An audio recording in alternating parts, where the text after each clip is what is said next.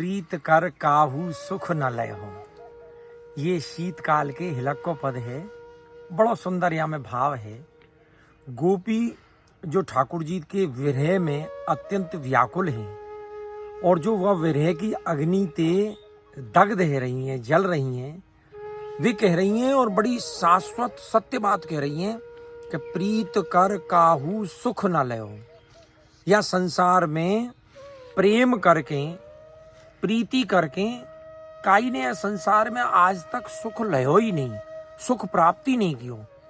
और जब संसार में काऊ ने भी प्रेम करके सुख प्राप्त नहीं की हो, तो हम कृष्ण से प्रेम करके हम कैसे सुख ले सकें।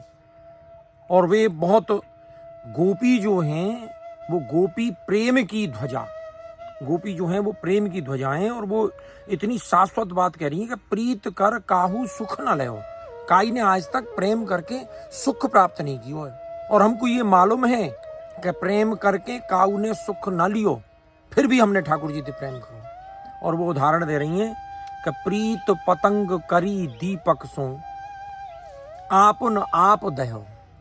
गोपी कह रही हैं कि ठाकुर जी ते हमने प्रेम कियो, ऐसे ही पतंगा ने, जुगनू ने दीपक ते प्रेम करो। प्रीत पतंग करी दीपक सो। जो जुगनू जो है वो जब दीपक ते प्रेम करे तो वाकी लौ में जल के अपने आप को भस्म कर दी। तो ऐसे ही पतंगा ने जब दीपक ते प्रेम करो तो वाने भी सुख ना ले, मैंने अपने शरीर को ही नाश कर दियो।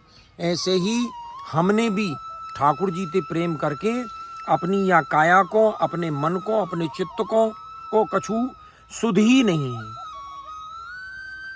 अली सुत प्रीत करी जल सुत सो संपुट मांझ गयो।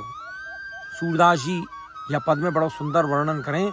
अली सुत के भंवरा थे, तो भंवरा ने कौन ते प्रीत करी? जल सुत सो।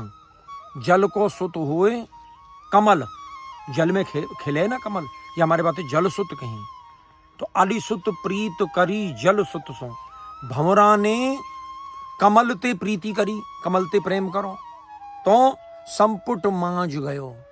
और आपको मालूम होगी कि जब भंवरा संजा को कमल के फूल पे मंडरा तो रही, तो शाम को का हो कमल की पंखुड़ी जो है वो बंद है जाए। भंवरा इतनो प्रेम करे वह कमल थी कि वो चाहे तो लकड़ी में छेद कर सके, लेकिन कोमल, कितने कोमल हुए कमल के कली, कमल के पत्ता, कमल के फूल को जो आवरण है वो कितनो कोमल हो, लेकिन पूरी रात भंवरा वाकू स्पर्श नहीं करे, वाकू कोई नुकसान नहीं पहुंचावे, और पूरी रात बंद रही बने। तो अली सुत प्रीत करी जल सुत सो। भंवरा ने जल सुत जो है, कमल जो है, वाते प्रीति करी तो संपुट मांझ गयो।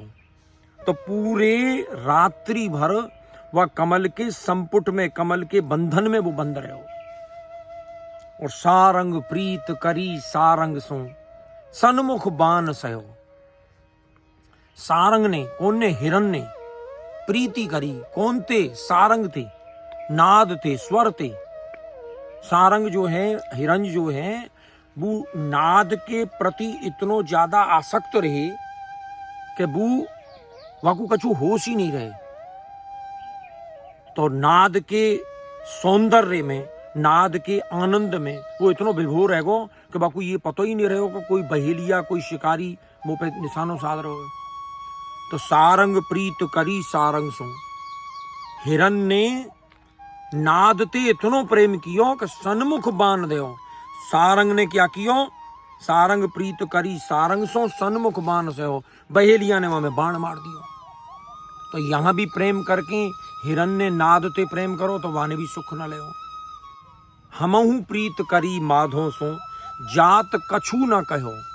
सूरदास जी अंत में गोपीन के माध्यम से कहलवा रहे हैं कि जैसे इनने प्रेम करके सुख ना लियो, ऐसे हमने माधो ते, माधव ते प्रीति करी और जात कछु ना कहो। अब कछु कहो नहीं जा रहे हो। पतंगा की बात कह दी है, हिरण की बात कह दी है, भंवरा की बात कह दी है, लेकिन जब अपनी बात आई है तो गोपी कह रही है जात कछु ना कहो, हम पे कछु कहो ही नहीं जाए, हमारी जो दशा है गई है। और ऊधो सूर प्रभु बिन देखे नैनन नीर भयो। या पद को गोपी वास में कह रही हैं जब ठाकुर जी गोपीन को छोड़ के और मथुरा को चले गए और उनने फिर गोपीन को धीर बंधावे के काजे उद्धव को भेजो है कि आप जाओ और उनको ज्ञान को संदेश दे के आओ। तो उद्धव आई तो उद्धव ते गोपी कह रही हैं कि ऊधो सूर प्रभु बिन देखे। गोपी कह रही हैं कि सूरदास के प्रभु जो हमारे प्रियतम हैं, जो हमारे ठाकुर जी हैं, उनको देखे बिना नैनन नीर भयो, हमारे नैनन ते लगातार नीर बह रहे हो।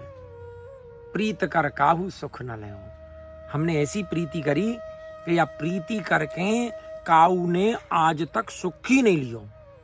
जय हो।